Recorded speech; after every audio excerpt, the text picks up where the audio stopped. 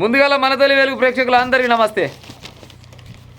మా ఈ భారతదేశంలో తెలంగాణ రాష్ట్రంలో జరిగినటువంటి రాజకీయాలు ఈ ఏడ జరగకుండా ప్రజలారా, మరి ఇంత సిగ్గుతప్పిన రాజకీయాలు మరి ఏమైనా ఉన్నాయా లేకపోతే పక్క రాష్ట్రంలో ఇటు ఉన్నాయో నాకైతే తెలియదు. కానీ సరే, సిగ్గుతప్పిన రాజకీయాలు ఎందుకన్నా అంటే నిజంగా సిగ్గుతప్పిన చేతులు చేస్తారు కాబట్టి అన్న. నేను వీడియో అంతా అయిపోయాక తప్పు చెప్తే కామెంట్ చెప్పురు. కానీ జర ఇనూరి నిన్ననేమో కేటీఆర్ ఏమన్నాడు, నన్ను ప్రెస్ క్లబ్కి రమ్మని చెప్పి నేను వచ్చి ఇక్కడ కూర్చున్నా, నీ సీటు నీకే ఉంది, నా సీటు నాకుంది, ఈడికి వస్తామని అంటే ఈడికి రావైతివి, ఢిల్లీకి పోతివి, కనీసం నువ్వు రాకుంటే అదేంది మన బట్టి విక్రమార్కులను పంపాలి, వ్యవసాయ శాఖ మంత్రిని పంపాలి, నేను వచ్చి ఈడు ఆగితే నాకు రాను తొవ్వకిరాయి దండగా ఆయన నిన్న కథలో పడ్డాడు. ఆయన చిన్న సన్న డ్రామాలు వేయలే నిన్న. ఇవాళ రేవంత్ రెడ్డి ఏమంటున్నాయితే, ఫామ్ హౌస్కి అయినా వస్తా, అసెంబ్లీకి రాకపోతే అక్కడే చర్చిద్దాం, తేదీ చెప్తే వస్తా, మాకు అసెంబ్లీని నిర్వహిస్తా. ఇక నాకేమో గదర్ మాటలు వస్తాయి కానీ ప్రజలారా, అంటేనేమో పాడై బాగుండనట్టుంది. కానీ ఇప్పుడు నువ్వు ఏమో ఫామ్ హౌస్కి అయినా వస్తాను నువ్వు అంటావు, అద్దెగా చెట్టువాడేమో అదేంటి ప్రెస్ క్లబ్కి వస్తానంటాడు. ఈ ప్రెస్ క్లబ్లో ఫామ్ హౌస్లో పెడితే మిమ్మల్ని ఎన్నుకున్నది జర్నల సిగ్గులేనట్టుంది ఆమె రాజకీయ నాయకులకు. ఫామ్ హౌస్ పోతాందుకు నువ్వు ఫామ్ హౌస్ పోతావు, ఆయనేమో ప్రెస్ క్లబ్లోకి వస్తాడు. మరి అసెంబ్లీలు మళ్ళీ పోతే అయితే ఏమంటారు, శాసన మండలి శాసనసభలు ఇవన్నీ ఏం పరుకున్నాయి? అసెంబ్లీని నవాబులు కట్టించారు, ఎందుకంటే కట్టించినట్టు పనిలే కట్టించారా, పహలు ఒక్కపోయి కట్టిస్తారు అనుకుంటారా? జర్నల సిగ్గులేమి పాడైపోయి ఏం రాజకీయ నాయకులు తరగబడరు ఏమో. క్లబ్బుల్లో పబ్బుల్లో చర్చలంటే మాకు ఇబ్బంది బరాబర్గా, ఇది వాస్తవమే రేవంత్ రెడ్డి. క్లబ్బుల్లో పబ్బుల్లో చర్చలు అంటే ఇబ్బంది అక్కర్లేదు, వాడు పెట్టనక్కర్లేదు. తెలంగాణ హక్కుల కోసం దేవుడు న్యాయం ఎదిస్తారు, ఎవరినైనా ఎదిస్తారు. ఏమైనా మాటలేనాయి పాడే చేతులు ఉన్నాయి. తలా తోక లేకుండా మాట్లాడితే తోక కత్తిరిస్తా. జర మా అమ్మగాని తెలుగు సినిమా డైరెక్టర్ల వాళ్ళ నుండి మా దగ్గరకు వచ్చి జర డైలాగ్ రాసుకపోరాయా. సీమాంధ్ర పాలకుల కంటే ఎక్కువగా తెలంగాణను కేసీఆరే ద్రోహం చేసింది, ఇది అయితే 100% పక్క. సీమాంధ్రుల కంటే ఎక్కువ దోసుకుంది కేసీఆరే. రైతుల ప్రయోజనాలను మరణ శాసనం చేశారు, సరిదిద్దేందుకు ప్రయత్నిస్తుంటే ఎదురుదాడి. కేసీఆర్ కేటీఆర్పై సీఎం రేవంత్ రెడ్డి ధ్వజం. మన కొడుక ఏం ధ్వజం ఎత్తిరో ఏమెత్తిరో కానీ ఇగో ఒర్రి ఆడేపోతాడు, ఓనక తిని ఈడేపోతాడు అన్నట్టుంది మా తెలంగాణ రాష్ట్రంలో ముచ్చట. నువ్వు ఫామ్ హౌస్ తీసి పెట్టేమో అసెంబ్లీకి రావు కేసీఆర్. రేవంత్ రెడ్డి ఏమంటాడంటే, లేదు నువ్వు వస్తావా లేకపోతే నన్ను ఫామ్ హౌస్ రమ్మంటావా అని ఈయనంటాడు. అసలు నువ్వు ఫామ్ హౌస్ పోయేది ఎక్కడిది, ఆయన అసెంబ్లీకి రాకపోవడం ఎక్కడిది చెప్పురి? ఏమక్కడికి గెలిచిండు మరి కేసీఆర్? పెద్ద మనిషి నువ్వు, చాలా పెద్దోనివి. తెలంగాణ రాష్ట్ర సాధనలో నువ్వు కీలకంగా పనిచేసినావు, 10 ఏళ్ళు ముఖ్యమంత్రికి వెళ్ళినావు. నేను ఎక్కువ తిట్టాలంటే కూడా నాకే సిగ్గు అనిపిస్తుంది. కానీ నిజంగా కూడా నువ్వు రాజీనామా చేయరా? అదే ఇక అన్యాయం పాడైపో, నువ్వు నీ అసలు ఏమంటారు ఇంత దిగసేటోడు లేనట్టు నువ్వు రాజీనామా చేయవు, అసెంబ్లీకి రావు.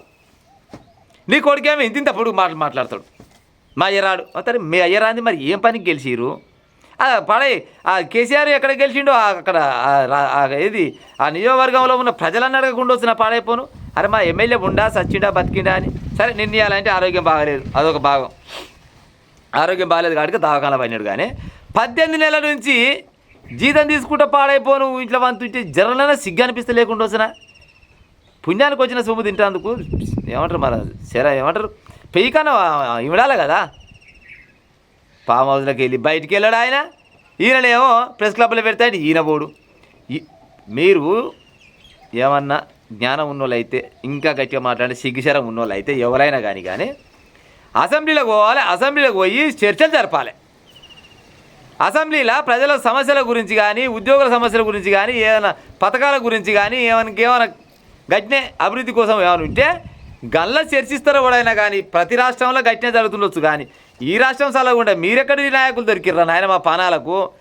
మరి ఎలక్షన్లు ఎందుకు మీకు? ఓ చెట్ల కింద పెట్టుకోరు పంచాయలు, కర్ర ఉందో బైరాందో అన్నట్టు కొట్లాడుకొని ఇద్దరు పొత్తుల క్యాండిడేట్ నిలబడి నీ గుంపు ఆని గుంపు కొట్లాడుకొని పెట్టుకోండి. కనీసం భారత రాజ్యాంగానికి ఏమైనా విలువిస్తున్నారా నాయన మీరంతా? భారత రాజ్యాంగం అనేది ఒకటి ఉన్నది, ఆ భారత రాజ్యాంగం పైన భారతదేశం మొత్తం నడుస్తుంది. అలా తెలంగాణ కూడా ఒక రాష్ట్రం, ఆ తెలంగాణ రాష్ట్రంలో కూడా భారత రాజ్యాంగం పైన నడవాలని కనీసం సొయ్యి లేదు పాడైపోని మీకు. ఒక ఎమ్మెల్యే గెలిచినోడు అసెంబ్లీకి రాకుంటే ఇంట్లో అంత అనుకు సిగ్గు అనిపించాలి. కనీసం ఓ ముఖ్యమంత్రి అని చెప్పాలి, ఓ పని చేయరి. కేసీఆర్ వస్తేనే మేము అందరం పోతాం, లేకపోతే రామని ఏమంటారు లాకౌట్ వాకౌట్ అంటారు కదా, గదాన్ని చేసి పాడు గారి. మీరు అట్లా చేస్తారని సిగ్గొచ్చి మరి వస్తారేమో. లేకపోతే రాజీనామా చేస్తే ఇంకోళ్ళనే గెలుస్తారు కదా ఆడ. బై ఎలక్షన్లు వస్తే ఇంకోళ్ళనే వాడు పోటీ చేస్తారు. అక్కడ ఉన్న ప్రజల కోసమన్నా ఎవరైనా పోటీ చేసి మరి రేపు నాడు వాళ్ళ వాయిస్ని ప్రజల కోసం వినిపిస్తారు కదా. అమ్మ అమ్మ అమ్మ అమ్మ అమ్మ ఈ నిజంగా శరం తప్పి అన్ని పేగులు ఉన్నాయి కానీ కేసీఆర్కి పాడైపోయిన శరం పేగు లేనట్టుంది. ఈ రేవంత్ రెడ్డి ఏమో ఇంత పొడుగు ముచ్చట చెప్తాడు ముచ్చట. నువ్వు ఫామ్ హౌస్కి ఏం పనికి పోతావా రేవంత్ రెడ్డి గారు? మీరు ఫామ్ హౌస్లు ఉందా అసెంబ్లీ ఏమన్నా? అసెంబ్లీకి రావాలి, దాని లేకపోతే కేసు పెట్టు దాని మీద. ఎట్టట రారా భయ్ మీరు అని కేసు పెట్టాలి. ఉత్తర మైకుల ముజ్జలో చెప్తానికి అయితే బిడా కేసీఆర్ అని ఒకడు అంటాడు, నిన్ను చెర్రపల్లి జైలు వేస్తాను ఒకడు అంటాడు, నిన్ను చెంచల్గూడి జైలు వేస్తాను ఒకడు అంటాడు, లేకపోతే ఆయన ఉంటాడు నువ్వు నీ అంత బయట వేయగలేడు, నువ్వు అంత బుటరకాన్ కాని అని వీళ్ళు అంటారు. మీరు అందరు పుత్రులు కలిసి తెలంగాణ రాష్ట్ర ప్రజలకు అసలు ఏం మెసేజ్ ఇస్తున్నారు? తెలంగాణని ముందర పడే ఉపాయం చేస్తురా? మొన్న ఏది రేవంత్ రెడ్డి అంటాడు, రేవంత్ రెడ్డి ఏది ఎడుకుపోతే అప్పిస్తలేరు అప్పుట కదా అయితే ఆయన చెప్తే దానికి ఈయన కౌంటర్ ఏమంటాడు, చిట్టినాయుడు కాదు పేరేం డీజే టిల్లు కాక కేటీఆర్ అంటాడు, అమ్మ ఏడ పుట్టగత అయితే లేదేమే ఆయనకు ఆ తెలంగాణ పేరు చెప్తే ఏడ పుట్టగత అయితే పుట్టగత లేనివాడు ముఖ్యమంత్రి చేస్తే మనకేమో ఇది ఉంటుంది అని అంటాడు. మరి పుట్టగత లేకుండా చేసినోడు ఓడు కావచ్చు, ఇప్పుడు పుట్టగత లేకుండా చేసినోడు ఓడు కావచ్చు, వీళ్ళే కదా. వీళ్ళు పుట్టగత లేకుండా వీళ్ళు చేసిరి, ఈయనకేమో పుట్టగత కాకపోయా, తెలంగాణ ఏమో అభివృద్ధిలో పడపాయ. దగ్గర ఇప్పుడు తెలంగాణ రాష్ట్రంలో ఏది కాంగ్రెస్ పార్టీ అధికారంలోకి వచ్చి కూడా 18 నెలలు అయిపోయి, ఇంతవరకు సర్పంచ్ ఎలక్షన్లు పెట్టరా. ఇది ఆ బీసీలే ఆ రిజర్వేషన్ తెలుసరా. ఇది 7 పంచాయతీలు ఆయనే ఉండే. ఎంతసేపటికి నేను వస్తే ఆగవు అంటాడంట. వాడు ఏంది కచ్చిరి కాడ కూర్చొని ఆయన కింద 2 కాళ్ళు ఊసేపోయి ఉంటాయంట, గిసోడు కట్టి చేతులు పట్టుకొని లేస్తే బతకమంటాడంట. వీడు లేచేది లేదు పీకేది లేదు, వీడు లేవాడు పీకడు. గట్టిగా ఉంది కేసీఆర్ ముచ్చట కూడా. ఎంతసేపటికి నేను వస్తా, నువ్వు ఎప్పుడు వస్తావా కేసీఆర్ గారు? మీరు మమ్మగాని రాబుద్ది కాకుంటే రాజీనామా చెయ్యి, రాబుద్ది అయితేనేమో అసెంబ్లీకి రా. గంతేగాని నెలకు దగ్గర 4-5 లక్షల రూపాయల జీతం తీసుకుంటారు ఒక ఎమ్మెల్యే, 4-5-3-4 లక్షలు. ఈ ఎట్ట పేరు పడుతుంది మీకు? పని చేయకుండా జీతం తీసుకునే ఎమ్మెల్యేలకు జనాల సిగ్గాని పియాలి. అది జనాల సొమ్ము. మేము మా కష్టం ఏది పన్నుల రూపకంగా కట్టిన పైసల్ని తీసుకొని అసెంబ్లీకి రాకుండా ప్రజల సమస్యల పైన మాట్లాడకుండా మీరు ఉత్త పుణ్యానికి జీతాలు తీసుకుంటే జనాల సొమ్ముకు అడ్డం పుట్టినారా నాయన? నాకు అర్థం కాదు. కానీ జనాల సొమ్ము తింటేందుకు అడ్డం పుట్టిరా? హామీలు ఇస్తే హామీలు నెరవేర్చరు అవుతుంది. పంచాయతీ హామీలు ఇస్తే రాష్ట్రం మొత్తం బరబాతలు చేసి 10 దోసుకుంటే పతలే కూడా వేగుతుంది. ఈయన చాలా హామీలు ఈయన ఇచ్చే, ఈయన అమలు పరచాలంటే ఇత్తులు లేకపోయాడ. డబ్బా ఖాళీ ఉండి డబ్బాలకు ఏమైనా బియ్యం ఉంటున్నా వచ్చిన వాళ్ళకి ఇంత బుక్కడ బువ్వ పెట్టు సార్, డబ్బాలో బియ్యం లేకపోయా. ఈయనకు బియ్యం లేకపోయా, ఆడున్న బియ్యం కథం చేసిపోయా. మొత్తాన్ని మాత్రం జనాల నాగం చేసే ముచ్చట ఉంది తప్ప ఇంకేమైనా ఉన్నదా?